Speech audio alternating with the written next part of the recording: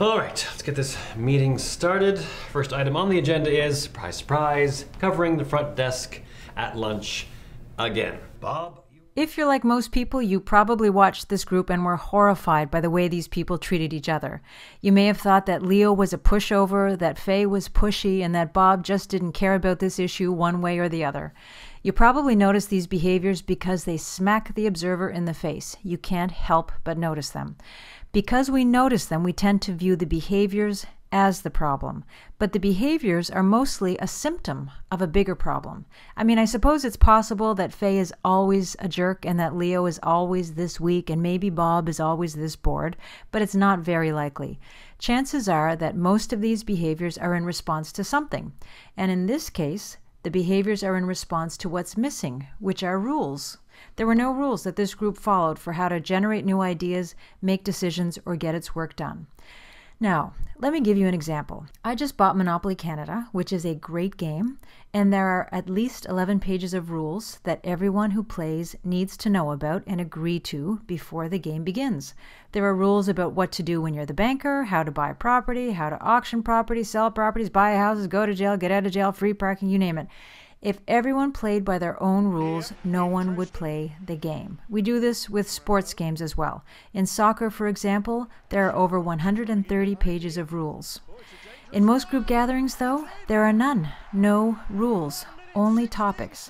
So if Monopoly and soccer were to make it onto a typical meeting agenda, this is what it would say. Monopoly, soccer. It would have the topics, but it wouldn't describe the rules. So, people show up, everyone has their own set of rules in their heads, and when people start playing by their own rules, well, we know what happens.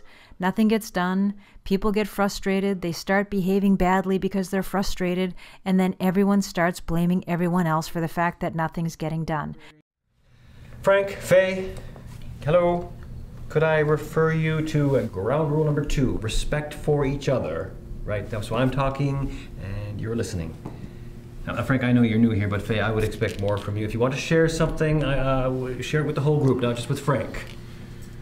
The struggle with group work is not new. In fact, in 1863, the notion that groups need rules was first introduced by Colonel Henry Martin Roberts, after a horrible experience he had in trying to chair a community meeting.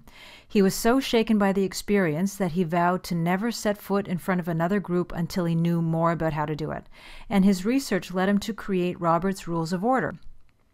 Roberts' Rules has over 20 chapters of rules, not including the appendices, which govern how members are supposed to make motions, pass motions, essentially participate. The clip we watched illustrates what happens when group members don't design a good group process. That's it. I give up. You guys figure it out. So the next part of this lecture looks at what goes into a good group process so that you can design one and positively influence one.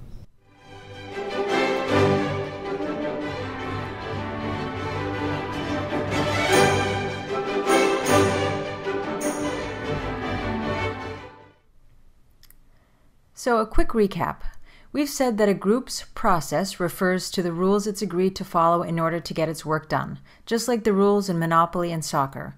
So process in facilitation terms refers to how the group has agreed to work with each other, and content refers to what the group is working on. Kurt Lewin, widely regarded as the founder of social psychology, was among the very first to research group dynamics, a phrase that he coined.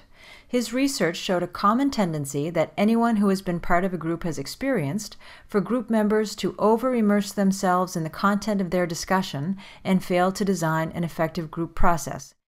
Before groups delve into their content, they need to design and agree to a process for, number 1, making important group decisions, number 2, generating a wide range of new ideas, number 3, selecting preferred ideas, number 4, planning for implementation of those new ideas, and number 5, sharing information. Of this list, all of those are important, but in my 22 years of experience, the most important one pertains to making important group decisions.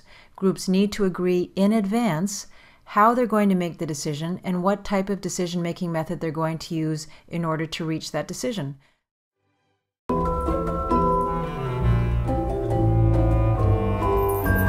So So as we've seen, Faye, Leo, and Bob have one item on their meeting agenda, which is staffing the reception desk at lunch. And that's just a vague description of what they need to achieve. What they actually need to do is make a decision about how to staff the reception desk at lunch. They can't really move forward on resolving this issue until they agree on how their decision will be made.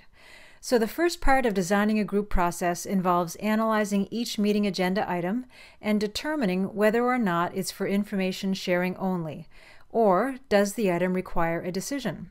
If it's for information sharing only, then we need to decide how long should we devote to the information sharing part, and when during our meeting should that take place. If the item requires a decision, then we need to determine which decision-making method is appropriate, and there are 5 to choose from. So, number 1, Faye, or any of these people around the table, could make a decision and tell the others what to do. This is referred to as decide and announce.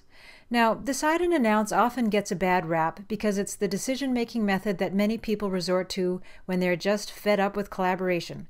They just can't stand any more arguing or waffling, so they lay down the law and tell others what to do. This is what Faye did when she told Bob, "You're just gonna have to get your butt in JJ's chair on Mondays at noon." It can come across as dictatorial if not done well. Number 2, any of these people could seek input from others and go away and make the decision themselves.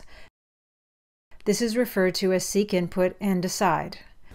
Okay, any ideas about how to move forward today? Anyone? Yes, Bob. We should go home. Great, thank you, Bob. Anyone else? Let's scrap the agenda and talk about what's not working. Let's clear the air. Okay, well, can't go home because we already paid for the facility and the coffee and muffins. So I say we start with modifying the agenda. We'll start with clearing the air, and then we'll see how far down the agenda we can get. Our third option, number 3, is that the group could vote on some decision options that they've generated and proceed with what the majority of the group want to do. Let's see if we can come up with some new, innovative ideas for the front desk problem. I have decided that we need a facilitator to help us with our discussions, and that facilitator will be me. So I will not be offering any of my own ideas. I will simply get you to brainstorm, and we'll put all your ideas on a list, and then we'll pick the top 3. And then from the top 3, we'll pick the best one, okay? Sounds great. Number 4, they could discuss the issue and all of their options until they all agreed to one decision.